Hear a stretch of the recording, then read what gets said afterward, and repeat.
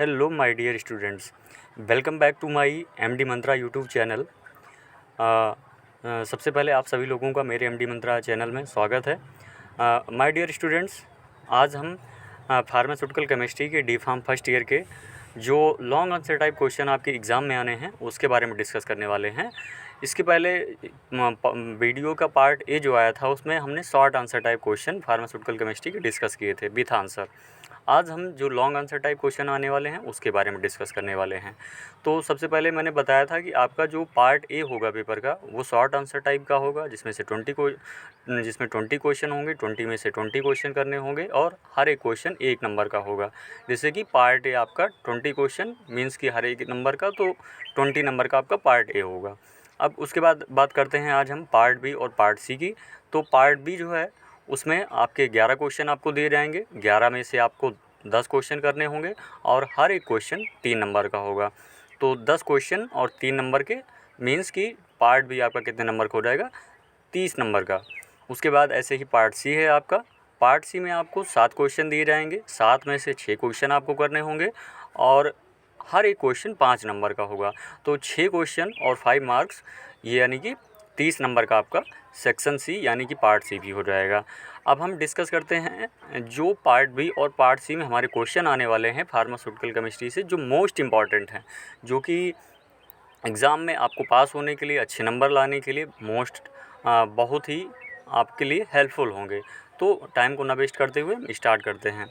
पहला क्वेश्चन है long answer type में, define error and explain about type of errors.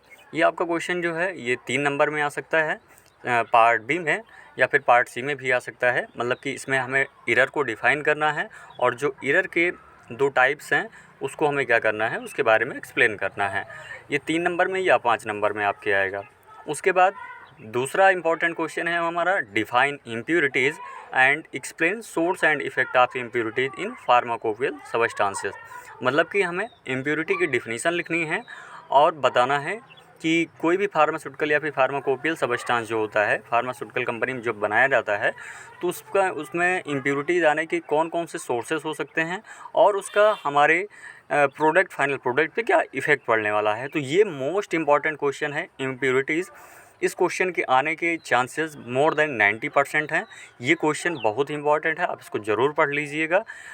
More than 90% chances हैं इस क्वेश्चन के आने के। इसके बाद थर्ड क्वेश्चन है हमारा लिमिट टेस्ट से है, right principle and procedure involve in the limit test of chloride और सल्फेट और आर्सेनिक। देखिए, लिमिट टेस्ट में से एक क्वेश्चन 100% कन्फर्म है कि आपके आना ही आना है। अब चाहे वो लिमिट टेस्ट ऑफ क्लोराइड आ जाए, चाहे सल्फेट आ जाए, चाहे आर्सेनिक आ जाए। वैसे तो बहुत सारे हमारे लिमिट टेस्ट दिए गए हैं सिलेबस में, लेकिन मोस्ट इम्पॉर्टेंट यही 3 हैं। और इसमें से भी अगर देखा जाए तो सबसे ज़्यादा आने की प्रायोरिटी किसकी है, क्लोराइड की है। तो हम तैयार तीनों रखेंगे, लेकिन क्लोराइड को सबसे ज़्यादा प्रायोरिटी देंगे, ठीक है ना। इसके बाद फोर्थ वन हमारा क्वेश्चन है, बहुत ही इंपॉर्टेंट क्वेश्चन है, राइट अ नोट ऑन हेमेटोनिक्स और एंटासिड्स। देखिए, हेमेटोनिक्स जो है ये बहुत ही इंपॉर्टेंट टॉपिक है। तो ये भी समझ लीजिए कि आपके एग्ज़ाम में आना ही आना है, चाहे 2 नंबर में, चाहे 1 नंबर में, चाहे 3 नंबर में, चाहे 5 नंबर में। तो लॉन्ग क्वेश्चन में हेमेटोनिक्स आने के चांसेस हैं। तो आप हेमेटोनिक्स और एंटासिड ज़रूर पढ़िएगा, ठीक है ना। Haematinics is most important question. और फिफ्थ क्वेश्चन है हमारा, explain introduction and classification of anti neoplastic and hypoglycaemic agent. देखिए, ये दोनों क्वेश्चन साथ में नहीं आएगा, ये क्वेश्चन मैंने केवल दोनों को साथ में ऐड कर दिया है। ये दोनों क्वेश्चन अलग अलग आएंगे या फिर हो सकता है इसमें से कोई एक क्वेश्चन आए, लेकिन प्रायोरिटी यही है कि दोनों में से क्वेश्चन आएंगे, क्योंकि ये दोनों टॉपिक हैं आपके सिलेबस से मोस्ट इम्पॉर्टेंट हैं। तो आप इस दोनों क्लास के न्यू प्लास्टिक का भी और हाइपोग्लाइसेमिक का भी इंट्रोडक्शन, क्लासिफिकेशन और जो उसमें मेडिसिन के स्ट्रक्चर हैं, इसको ज़रूर पढ़िएगा, क्योंकि ये मोस्ट इम्पॉर्टेंट क्वेश्चन है और चांसेस हैं मोर देन 90% कि इसमें से एक क्वेश्चन ज़रूर आएगा, नहीं तो दोनों क्वेश्चन ज़रूर आएंगे। उसके बाद है हमारा question number 6, explain antibiotics and anti tuber drugs with classification. Means कि इसमें से एंटीबायोटिक के बारे में लिखना है, और एंटी ट्यूबरकुलर के ड्रग के बारे में लिखना है। तो देखिए जो हमारा टॉपिक है एंटीबायोटिक्स, एंटीबायोटिक्स एक बहुत ही मोस्ट इम्पॉर्टेंट टॉपिक है। तो समझ लीजिए कि ये भी क्वेश्चन आपके एग्ज़ाम में आना ही आना है। अब चाहे 3 नंबर में आए चाहे 5 नंबर में आए, लेकिन इसमें से क्वेश्चन ज़रूर पूछे जाने हैं, क्योंकि एंटीबायोटिक्स जो है खुद में अपने आप में बहुत बहुत इंपॉर्टेंट टॉपिक है। तो एंटीबायोटिक्स ज़रूर पढ़ के जाइएगा। ट्यूबरकुलर भी अपने आप में बहुत इंपॉर्टेंट है। तो इसके बारे में क्लासिफिकेशन, एंटी ट्यूबरकुलर ड्रग होती क्या हैं, और उसमें जो जिन ड्रग के ऊपर स्टार बना हुआ है उसका स्ट्रक्चर पढ़ लीजिएगा, ठीक है ना। इसके बाद हम मोस्ट इम्पॉर्टेंट क्वेश्चन नंबर 7 की बात करते हैं। What are the NSAIDs, right its classification and brand name of any two NSAID। Means कि हमें बताना है कि NSAIDs क्या होती हैं, NSAID का क्लासिफिकेशन क्या होता है, और उसमें जो पॉपुलर ड्रग हैं कोई भी जो हमें याद रहेंगी उसका 2 का ब्रांड नेम लिख देना है। तो मैं बताना चाहूँगा NSAIDs क्या होती हैं।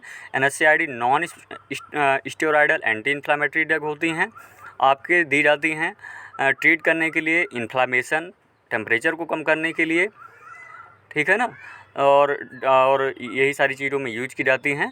तो NSAID जो हैं ये भी एक इम्पॉर्टेंट क्वेश्चन है, इसका क्लासिफिकेशन ज़रूर पढ़ लीजिएगा, ठीक है ना। इसके बाद नेक्स्ट वन क्वेश्चन है हमारा question number 8, define diuretics, right its classification, draw the structure of furosemide and right it's IUPAC name. क्या करना है, हमें डायूरेटिक्स को डिफ़ाइन करना है। डायूरेटिक्स जो हमारी मेडिसिन है उसका क्लासिफिकेशन लिखना है। यह भी एक इम्पॉर्टेंट क्वेश्चन है, आपके एग्ज़ाम में आ सकता है। और ड्रा करना है हमें स्ट्रक्चर फ्यूरोसेमाइड का और उसका IUPAC नेम लिखना है। ये अगर इतना क्वेश्चन आएगा तो मे बी ये हो सकता है कि डायूरेटिक्स का क्लासिफिकेशन और इंट्रोडक्शन एक साथ में पूछ ले, या फिर ये क्या कहते हैं 5 नंबर में ही आना है आपके एग्ज़ाम में, ठीक है ना। हो सकता है IUPAC ना पूछे या फिर IUPAC अलग करके पूछ ले, लेकिन आप अपने तैयारी के लिए मोस्ट इंपॉर्टेंट क्वेश्चन है तो इतना पूरा पढ़िएगा। उसके बाद है हमारा question number 9, explain in detail about sedative and hypnotics. Means की सेडेटिव और हिप्नोटिक्स के बारे में हमें एक डिटेल नोट्स लिखना है। ये 5 नंबर में आपके क्वेश्चन आएगा, ठीक है ना। 5 नंबर में अगर आपके आता है तो पहले उसका इंट्रोडक्शन लिखना है सेडेटिव एंड हिप्नोटिक का, क्लासिफिकेशन लिखना है सेडेटिव एंड हिप्नोटिक्स का।